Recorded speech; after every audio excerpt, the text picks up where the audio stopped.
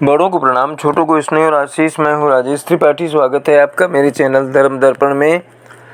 धर्म दर्पण में हम आपको राम कथा अर्थ के साथ सुनाते हैं। साथ ही धर्म दर्पण के अंतर्गत हम लोग विविध प्रकार के प्रसंग, धार्मिक कथाएं आपको सुनाते हैं। आज का हमारा प्रसंग है कलयुग का अंत निकट, भविष्यवाणियों से मिला संकेत।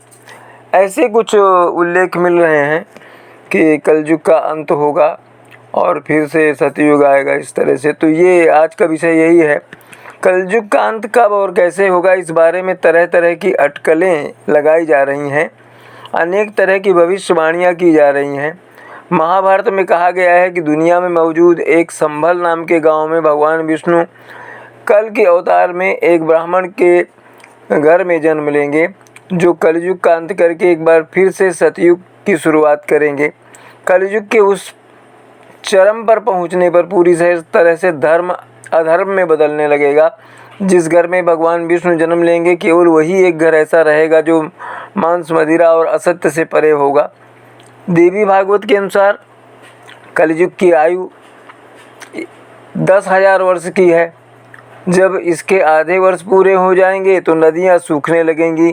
ग्रंथों की भाषा में कहें तो वैकुंठ चली जाएंगी। 10,000 साल बाद एक ऐसा भी समय आएगा जब शिव शक्ति, साधु, तीर्थ, पूजा पाठ आदि सभी भारत से लुप्त हो जाएंगे। जब राजा परीक्षित के सामने कलयुग आया तो उन्होंने उसे मारने की ठान ली।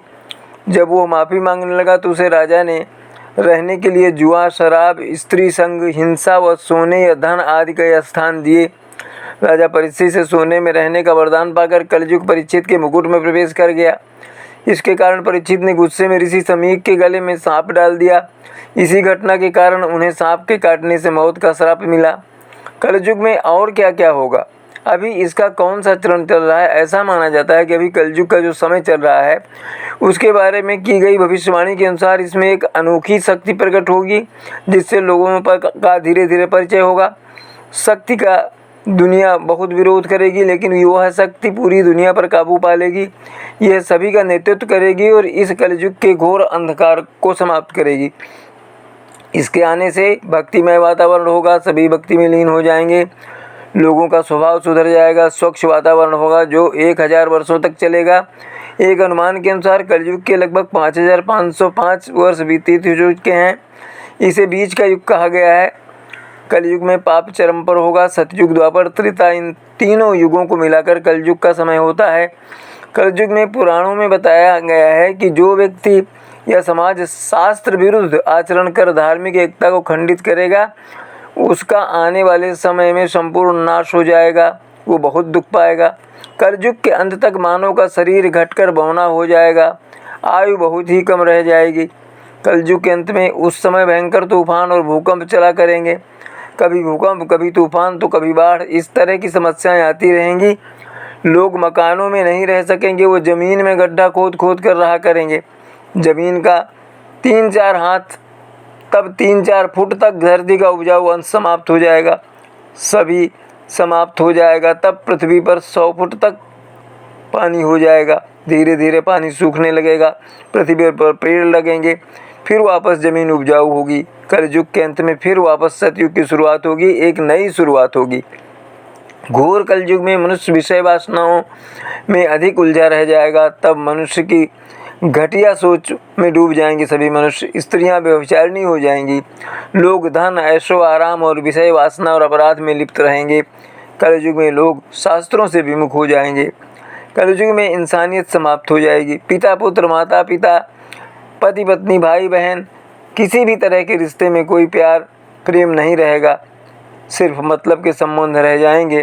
कहते हैं कि गंगा नदी भी उल्टी बहने लगेगी। कलयुग के 50,000 साल बाद हमारी गंगा नदी उल्टी बहने लगेगी और वापस वैकुंठ लौट जाएगी। माना जाता है कि कलयुग के 1 लाख साल बाद सभी देवी देवता भी पृथ्वी छोड़कर अपने देवलोक जाने लगेंगे। पृथ्वी पर नरक जैसा माहौल हो जाएगा। सन 1997 में कलयुग 5,505 वर्ष बीत चुका था। कलयुग के बाद क्या होगा, यह सवाल सभी के मन में आता है। कलयुग में सभी मानव सृष्टि सब कुछ समाप्त हो जाएगा। पृथ्वी पर जल ही जल हो जाएगा। उसके बाद कई वर्षों बाद धीरे धीरे पृथ्वी का पानी सूखेगा और फिर से सब कुछ नया हो जाएगा, पेड़ पौधे हरियाली हो जाएगी, फिर से सतयुग की शुरुआत होगी। सतयुग की अवधि 17,28,000 वर्ष होगी। पृथ्वी लोक कर फिर से धर्म का बोलबाला होगा। मनुष्य भौतिक सुख की जगह मानसिक सुखों पर बल देगा।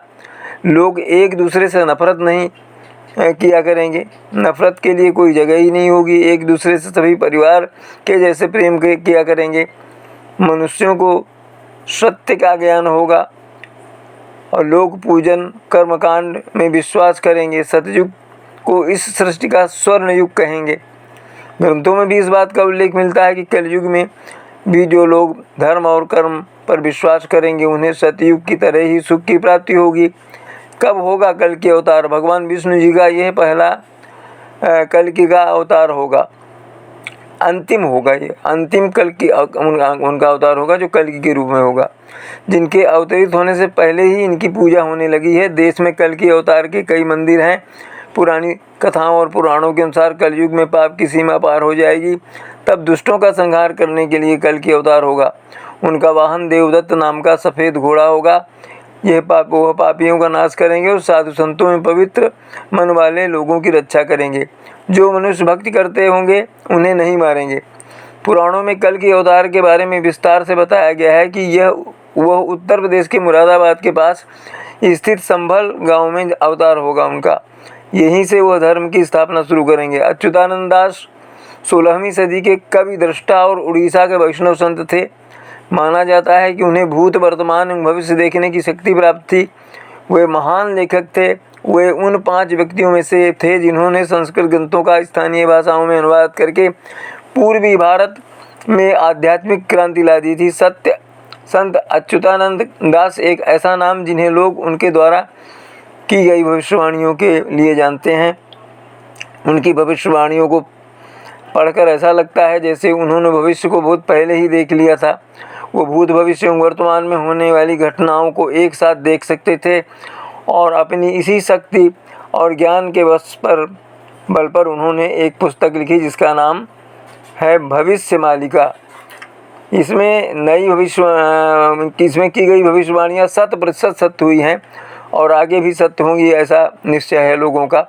उन्होंने अपनी भविष्यवाणियों में बताया है कि कल की अवतार कब होगा, दुनिया के अंत के पहले क्या स्थिति होगी, दुनिया का अंत कैसे होगा, भारत का अंतिम राजा कैसा होगा, चीन की स्थिति क्या होगी, अमेरिका और रूस की स्थिति क्या होगी, भारत की क्या स्थिति होगी, तीसरा विश्व युद्ध कैसे लड़ा जाएगा और इसके बाद कैसे पुनः संसार की रचना होगी। इन सभी बातों पर उन्होंने बहुत ही महत्वपूर्ण भविष्यवाणी की हैं। संत अच्युतानंद महाराज द्वारा लिखित पुस्तक भविष्य मालिका में उनकी भविष्यवाणियाँ संकलित हैं। 15वीं-16वीं शताब्दी में आज से 600 वर्ष पूर्व उड़ीसा में वैष्णव समुदाय के एक बहुत ही महान संत हुए हैं अच्युतानंद जी, और उसी समय उनके समकालीन 5 और भी संत हुए थे और इन सबको मिलाकर पंच सखा कहा जाता था। अच्युतानंद दास ने लिखा कि किस तरीके से विश्व का अंत होगा। सूर्य अपना धर्म छोड़ देगा, जीवनदायी नहीं वह जीवन लेने वाला बन जाएगा। जिन 5 महापुरुषों का यहाँ उल्लेख किया जा रहा है उनके नाम है अच्युतानंद दास, श्री अनंत दास, श्री जसवंत दास, श्री बलराम दास, श्री जगन्नाथ दास। कहते हैं कि द्वापर में श्री कृष्ण के सखा रहे सुदामा ने ही महापुरुष अच्युतानंद दास जी के रूप में जन्म लिया। उनका ग्रंथ भविष्य मालिका ताम्रपत्र पर लिखा गया है। इसके संबंध में उड़ीसा के संतों के अलावा बहुत कम लोग ही जानते हैं। भविष्य मालिका भगवान श्री जगन्नाथ जी की ये देववाणी है, ऐसा माना जाता है। इसमें भगवान कल की देव कब धरती पर जन्म लेंगे, कलयुग का अंत कब होगा, विश्व युद्ध कैसे होगा, भारत का शेष बचा आधा युद्ध कब और कैसे होगा, कैसे विनाश और युग परिवर्तन होगा, वे कैसे धर्म संस्थापन करेंगे कल की भगवान, कैसे सत्ययुग यानी सतयुग की शुरुआत होगी, आदि घटनाओं का वर्णन इसमें है। भगवान विष्णु की कल की अवतार, कलयुग का अंत और सत्ययुग का आरंभ होगा। इससे कलयुग का अंत हमारे धर्म ग्रंथों, गुरुओं और कथाकारों के माध्यम से यह कहा गया है कि कलयुग के 4,32,000 वर्षों की आयु है, जिसमें अभी लगभग 5,000 वर्ष ही पूरे हुए हैं और 42,07,000 वर्ष अभी बाकी हैं। इस अवधि को कुछ लोग कलयुग की बाल्यावस्था के रूप में मानते हैं।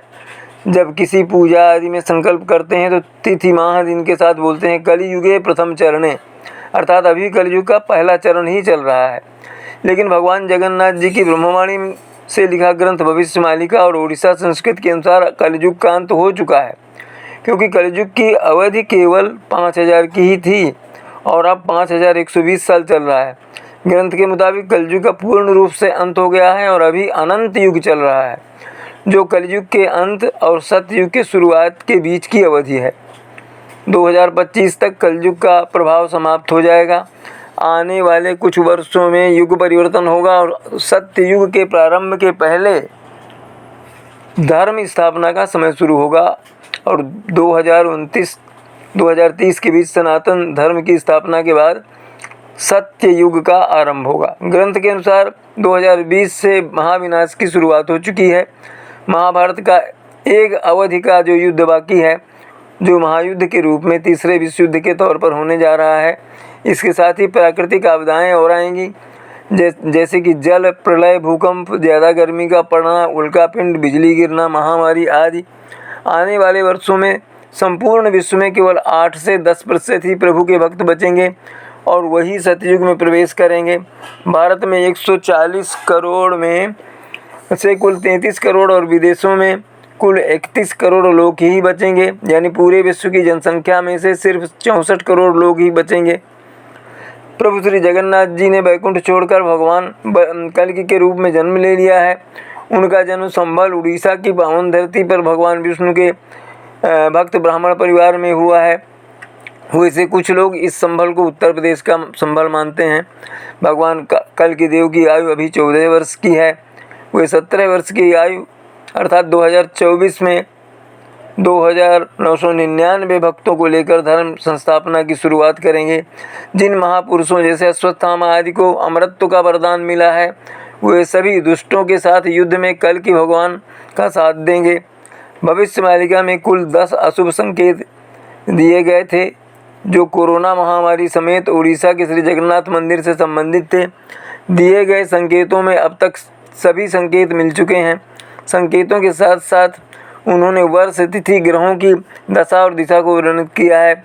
भविष्यमालिका में कलियुग के अंतिम कालखंड और युग परिवर्तन की उन्होंने अनेक सटीक भविष्यवाणियाँ की गई हैं, जिसे आज के समय से जोड़कर देखा गया है, जिसमें सबसे पहले होगा कलयुग का अंत, फिर होगा महाविनाश और अंत में होगा नए युग का प्रारंभ। नए युग यानी सत्ययुग। भविष्यमालिका के अनुसार हमारी पृथ्वी एक बड़े बदलाव के दौर से गुजर रही है। ये बदलाव कुल 3 चरणों में होने जा रहा है। ये चरण है कलयुग का अंत, महाविनाश, नए युग का प्रारंभ। भविष्यमालिका के मुताबिक अगले कुछ वर्षों में ही ये तीनों चरण पूर्ण हो जाएंगे। संत अच्युतानंद दास की कुछ प्रमुख भविष्यवाणियाँ इस प्रकार हैं। पुरी के जगन्नाथ मंदिर में ऊपर से बड़ा पत्थर गिरेगा। पत्थर गिरने की यह घटना हो चुकी है। जगन्नाथ मंदिर की 22वीं सीढ़ी तक समुद्र का पानी आ जाएगा।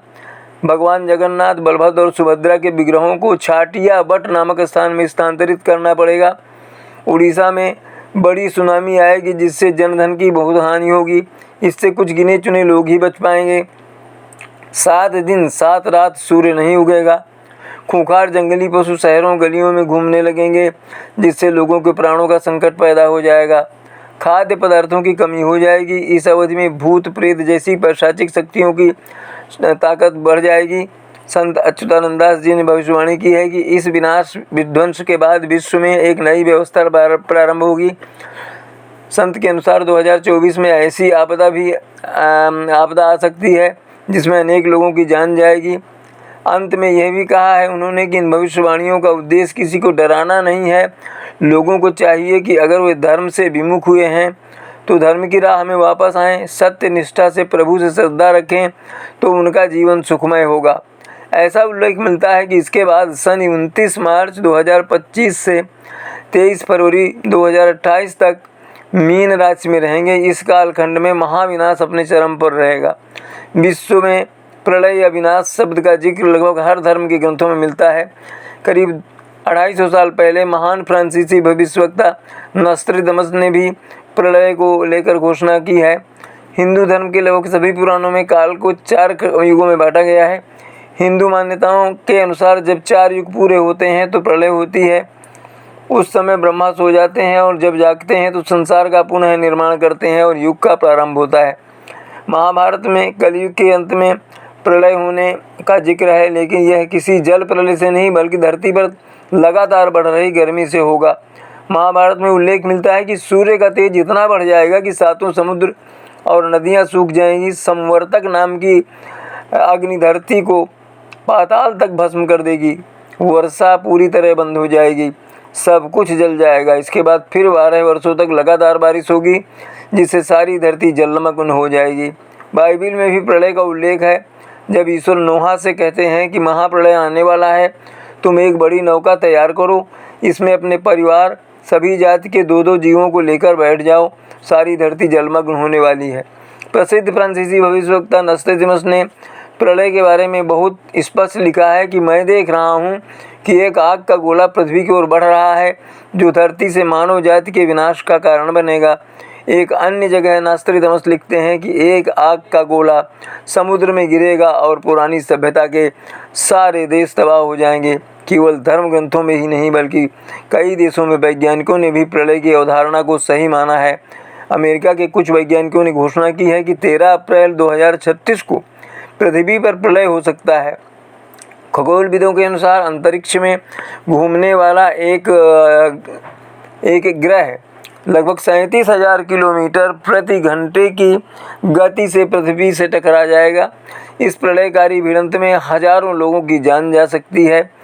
हालांकि नासा के वैज्ञानिकों का कहना है कि इसे लेकर घबराने की कोई ज़रूरत नहीं है। तो ये तो थी आज कलयुग की समाप्ति और प्रलय और सतयुग के आगमन के बारे में भविष्यवाणियों पर आधारित हमारा जो प्रसंग है, जो वीडियो है, आपको कैसा लगा टिप्पणी कीजिएगा और लाइक कीजिएगा, वीडियो को शेयर कीजिएगा और कृपया मेरे चैनल धर्म दर्पण को सब्सक्राइब कर लीजिएगा। नमस्कार, प्रणाम।